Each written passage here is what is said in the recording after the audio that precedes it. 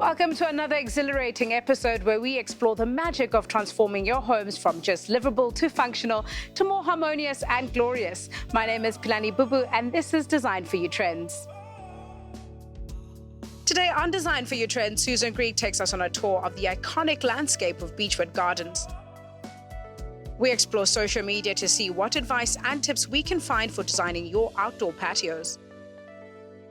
And Frazeen Dokrat of Soya Designs takes us on a tour of her latest interior project, which blends contemporary and traditional.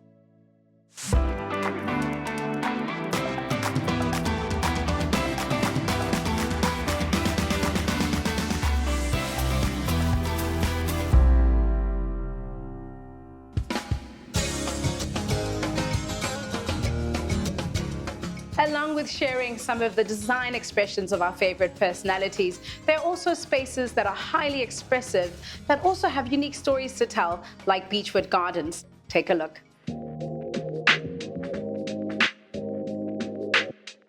Susan Greig, better known as the food guru and style queen, is the founder of Beechwood Gardens, one of Johannesburg's most classical landscapes.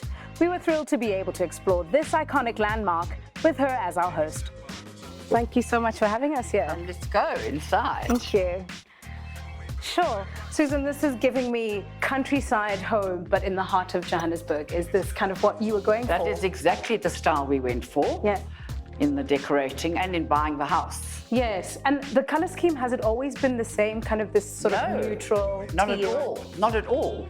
And the thing is, the house is woody. It's surrounded by lots of trees and greenery. So we've taken it more into a green and more of a natural type of look. But I must say that we have created a very neutral palette, as you can see here, which has got a few of my little bits hanging around that I collect. I love collecting old things. And I think that the neutral leaves it very open to anybody utilizing the space. No, I do Easily, agree. I think. 100%. And the architecture of the home, did that inspire also this kind of transition into the neutral country space? Yeah, it did. Because I think also decor styles are evolving all the time. And there are some that are popular at a time, and then prints and colors and everything are very, very featured in interiors. And I think now we've moved away from that. And I also feel that that English country look that I loved with the chintz and the florals and the Colfaxy look is divine for your flat in London. Yes. But for here, we're in Africa. So we've got all the neutral tones that sort of make it more of an African home, which is exactly what it is. 100%. I do want to dig into those things. Like I see the kind of boucle / there's also this Nguni inspiration. I see some of the pageantry mimics animals, so to speak. Let's go into the accessories, some of the cushions and some of the elements that you are collecting that are making this space what it is. I love prints, especially animal prints. So I've always had a giraffe print, I've always had leopard prints in all my cushions, in all my homes. And now we've got Nguni, mainly sort of incited by that major big painting on the wall. Over there. Okay, I see. So that's what started the whole process. And this is quite a masculine room, but I'd say that it's gender neutral in a way. Right, and so always complementary to the cabinetry and some of the sideboards, and maybe also these antique pieces and the old pieces that you brought in. Can you tell us what some of those are in this room and potentially in the dining room? These two cabinets are Chinese in their style, and I love ancient Chinese antiques. Obviously, the chairs are classic English style wingbacks, and we've got tables like over there that are old and weathered, and dated, and I love that. Yeah, and they look. They have a story to tell. Right, 100%. And the other story that's really dominant in the rooms is some of the photographic works, but they're not photographic works. I'm assuming they're family, or they might be heritage of some sort. Do you want to tell us about that? Well, it's definitely not family, even though I do think I'm a queen. I didn't take a deeper look, but who do we have there? But I'll tell you what those pictures are, quite amusingly, is my husband has got a jewelry store, and he always does very, very elaborate windows. And one of his themes one year was English royalty. And that is the Queen Mother and King. Oh, no, right, whoever. So in actual fact, it's not a family. It is actually the English royal family. The royal family. So wait, are they then works that were acquired and purchased or commissioned? They weren't commissioned. They were photographs. These are photographs, yeah. Which were blown up, and they were actually used for the window display, and now they are a lounge display. No, they make sense, and they're bringing in that entire like sort of, we can sit here and have a games room kind of feel. Exactly. And also they are sepia, which makes it feel old and dated. Not clean and fresh. I got you. And some of the fabrication and the fabrics and the rugs that you've brought into the space, let's talk about those. So you can see that I've quilted the seat covers, and I always like to pipe in a contrasting color because it just gives the sofa a little bit of interest. And obviously, because it's sort of a male-dominated energy in this room, we've got these tartans, which give it a clubby look. It does. That's the word I was looking for, tartan. It just adds layers. And you know, it's very important when you're decorating a room that you start with one palette and then you layer and you add wonderful rugs on the back of sofas or on sofas and give it a layered effect, because that's what makes it interesting.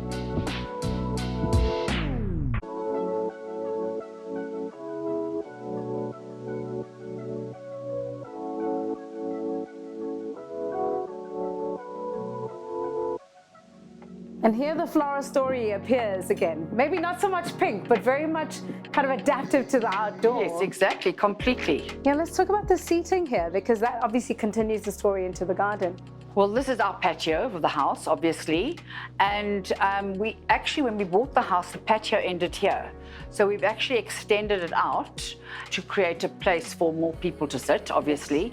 Because when the house was built in the 50s, they built small patios. There wasn't outdoor living like we know it today. Right. But I adore leaves, and I love palms and ferns and all of that. So we've got beautiful fern fabric here, linens and plain cotton, printed cotton cushions. Yes, there's definitely a continued story, and I see the piping also just kind of reappearing here in some of our leopard print. But there's also the story of some of the Chinese elements. Well, I love these ceramic stools, which you can actually get in every single color. You can get black, you can get red, you can get yellow. They are wonderful things because they're quite light. You can move them anywhere. So wherever you need to put your tea down, your drink down, they are there. And they are very, very decorative, don't you think? They're very decorative. Talking about ornaments, I mean, this is a sculptural piece. This looks quite significant as well. This is extremely significant. This is a piece of art made by my mother-in-law, and she is a sculptor, and she does animals. And this is a brass stork, and it really is a very powerful piece, I think. Shall we walk out into the garden? Yeah.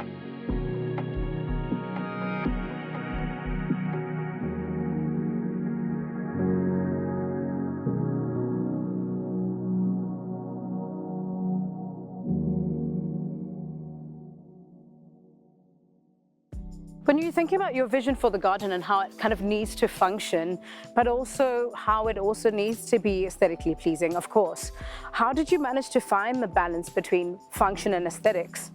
Well, I mean, this whole area we've just recently paved, and this is a perfect area for entertaining.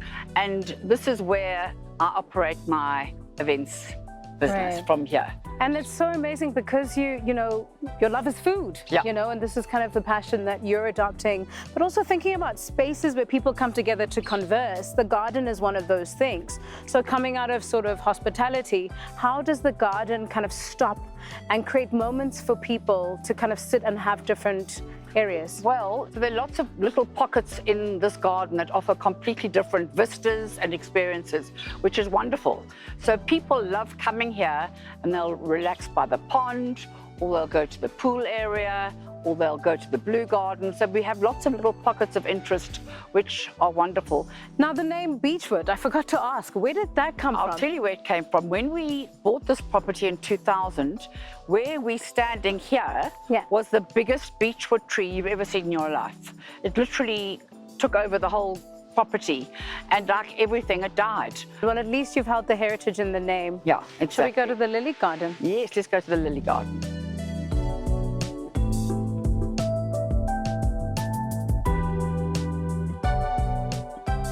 And how did you decide that, the lilies were going to be the focal point? Like, what helps you determine these specific areas? Because to me, it's like the lily and the lotuses, or like it's the pond, do you know? It's the pond. Well, you know what? The garden was very different when we first arrived here.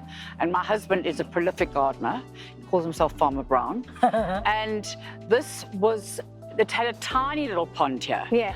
So we built this beautiful pond, and we've created this wonderful oasis here, which you can see. And we've just created this round garden here now for afternoon teas and things like that.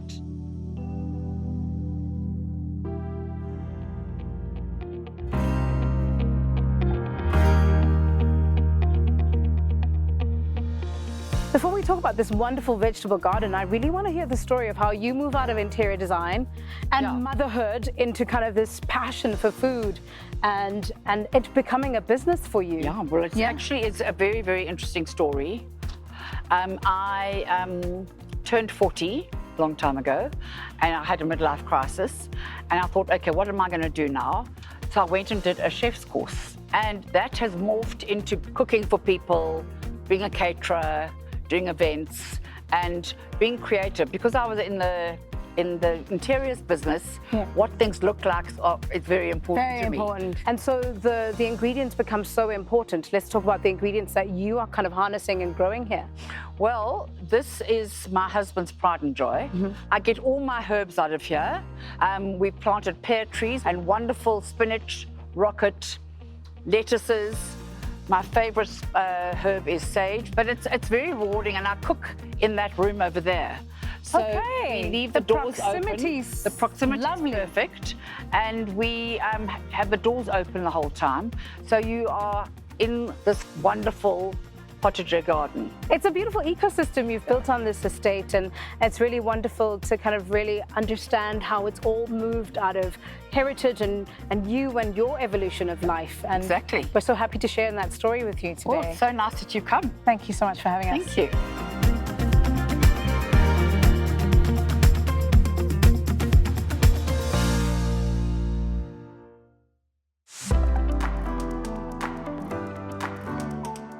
I really enjoyed my time with Susan and sharing a little bit of the insight around the property, as well as the story on the landscaping. Coming up, we explore ways to design and decorate the perfect outdoor patio on social media. And then Fazine Dokrat showcases a sophisticated, functional family home that she's recently designed.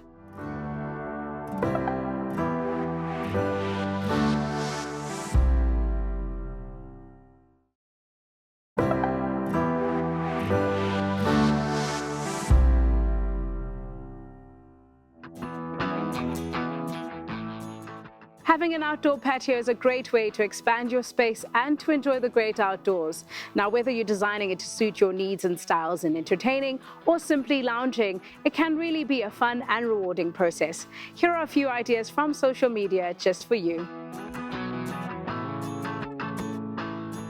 For small apartment living, it doesn't matter how small your patio is.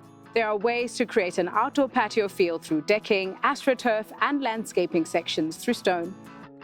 In the place of big lounges, one can go for deep, low-rise armchairs upholstered in outdoor fabrics that are waterproof and weather-guarded. To add to the ambiance, lighting, lanterns, as well as plants can really add a great touch. Bringing them into corners and negative space will add a calming effect that you desire. If you have the luxury of separating your outdoor patio from the main house, I think building a pergola that opens and closes is a great idea. It can protect your furniture from weathering in the weather, and also the top of the ceiling demarcates the space from the grass and the open grounds to create a new space. Then all you have to do is to fill the space below. This L-shaped couch is doing a great job in defining the layout in this space. Then you can add to the couch exactly what you would add indoors, like blankets and cushions to make the space cozy and warm. Finish off with lanterns and extra greenery to enhance the mood and the ambiance. Here's another style of a pergola that uses a steel frame and a softer top instead of the hard aluminium frame. I love the use of the outdoor rug on top of the wooden deck that adds character and warmth. The bunting with the exposed industrial light bulbs will do a great job of bringing a great ambiance in the nighttime. And what a beautiful indoor-outdoor patio. Here, the neutral color palette and styling is made interesting by the textures of fabrics on the couch and the weaving on the rugs. It doesn't try to take away from the main view, which is the harbor and the body of water. The use of the rug in this video is ideal. Getting all the pieces to fit on one big rug will do a lot for the spatial feeling of the patio. If one is worried about weather or rain on non-entertainment days, I think getting furniture pieces where you can place the cushions on and off is a great idea too. It will surely increase the durability. Do you love a more classic touch? I do too, like this leaning black mirror that is complemented with black and white striped cushions, as well as the geometric rug. What stands out is the color of the plants planted here, which you also have the power to curate and control the color palette in this space through landscaping. The plants are enhanced by the chosen monochromatic palette, and they serve as that one true introduction of color. I'm also obsessed with the low-rise wall demarcations, an almost Southeast Asian inspiration of the wood balustrade. The warm Bali feel added to the more English decor serves as a juxtaposition on inspiration. We've got more ideas for you, like decking. When you're decking with different levels, it creates the idea of multiple spaces and multifunctional spaces. I love this about this outdoor patio project because it makes the space feel bigger, though quite small. As such, different seating styles and options are used on two levels in order to imply or suggest the differences between the two spaces. The option to paint a darker deck and wooden elements really helps the lighter rugs, fabrics, and cushions stand out. It also creates a sense of intimacy and warmth. The same goes for the demarcations in this next space. Though there is a lot of space here, it does not mean it's not challenging to work out a layout that makes sense. The best way to demarcate the various spaces here is through the use of rugs and the parasols. It is important that the rug size is big enough to hold the entire outdoor dining area and the lounge area and the in-between two-seater spaces exclusively. Don't be afraid to experiment with different design styles and to make changes as needed so that you can create the patio that you love. Coming up, we visit a home designed by Sawyer Designs.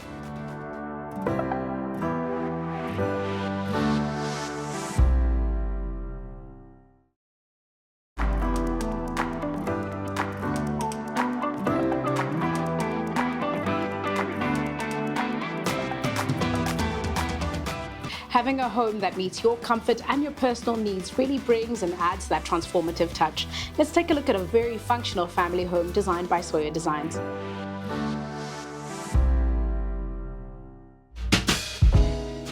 Interior designer Farzin from Sawyer Designs captured the combination of contemporary and tradition very elegantly in this family home, which actually consists of two houses, an intentional detail requested by the client. So my client's brief was to create a home that was warm, inviting, timeless, and clutter-free. The client envisioned a space that was contemporary, infused with traditional elements. The key was to integrate these traditional features without compromising the overall contemporary aesthetic of the home, thereby creating a space that was both current and timeless. The design theme runs throughout the home, and it only breaks in the more intimate spaces, like the bathroom and the bedrooms, however, still maintaining an elegant style. The home is divided into two spaces, with the rear being where the client's mother and brother-in-law reside. The open plan layout features the living, kitchen, and dining areas that are seamlessly integrated, creating an interconnected feel in both sections of the home. The glass doors leading to the patio allow for natural light to flood the common spaces, creating a sleek and sophisticated aesthetic while maintaining a harmonious connection between the indoor and outdoor areas. With a versatile table and braai area in the patio, seating and an outdoor dining setup, the outdoor area proves to be functional and family-friendly. So client wife's kitchen was designed in such a way where the wife's passion for baking, cooking, and entertaining was expressed and celebrated. A cozy nook was created with a bench seating, creating a wonderful space for the family to gather around while having meaningful conversations over meals. The kitchen and dining room table feature consistent colors and uniform design. For instance, both of them feature steel slatted legs and Abu Dhabi white neolith stone. The neolith stone allows for ease of maintenance and durability, making it a practical and stylish choice. The dining room table features chairs that are made from leather.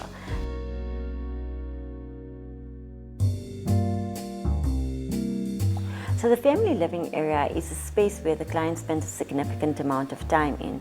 So it is important to create a space that was warm and inviting for relaxation and shared moments together. This was achieved by a low-profile sofa that creates an inviting and comfortable interior in the space. The neolith stone on the feature wall is Pietra Grey, and it becomes the focal point in the room. And the LED lights not only illuminates the textures within, but also introduces a dynamic play of light, enhancing the overall ambiance of the space. This home has 7 bedrooms, 3 of them being situated on the mother-in-law's side. In the first section, we see a beautiful kids' bedroom that exudes princess charm through different shades and textures of pink in the furniture and wallpaper. The girls' bedroom radiates charm with a captivating brushstroke wallpaper in varying shades of pink. The upholstered headboard in a pinkish velvet fabric adds a touch of luxury, complemented by the grey pedestals with brass detailing and fluted design. Infusing a bit of princess charm, a pink chase offers a retreat for the little girl to enjoy. With elegance and functionality considered, each bedroom is uniquely designed to create a calm and comforting mood while displaying the different personalities of the family members.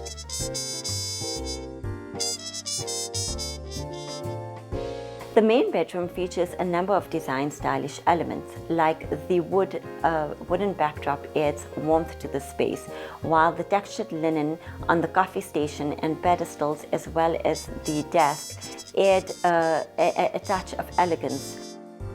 The bed has been crafted from leather and linen, adding a layered and contemporary look to the space, making the main bedroom a stylish retreat.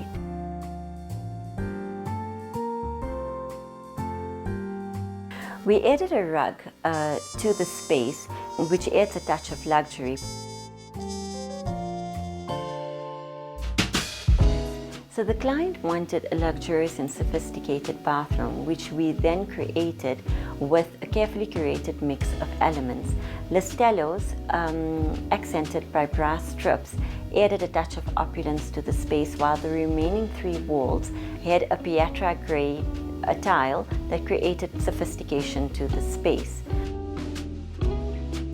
The mum's bathroom exudes timeless elegance with Calcutta Mont Blanc tile seamlessly integrated with Listellos.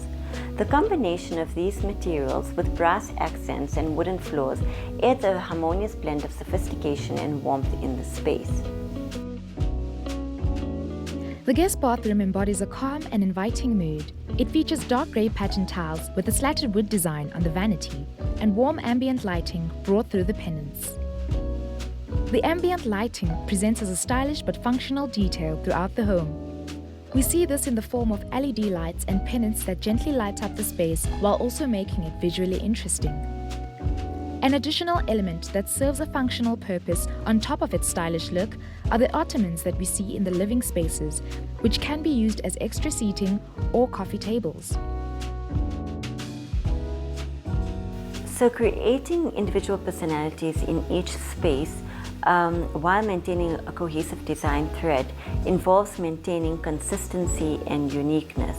Start with using the same materials or textures or design elements that we use throughout the home.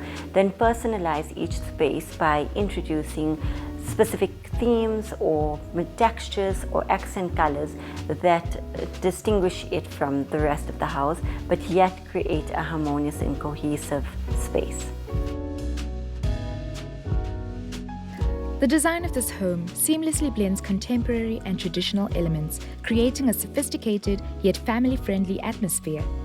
The interconnected common areas and multifunctional decor elements showcase both style and practicality, making this family home a true reflection of elegance and functionality.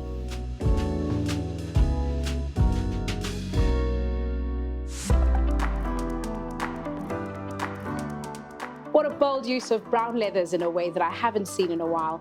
Very well supported by a soft neutral color palette. Well, that's a wrap for today. Thanks again for tuning in to Design for You Trends, where our goal is to help you turn your interior dreams into reality. Until the next time.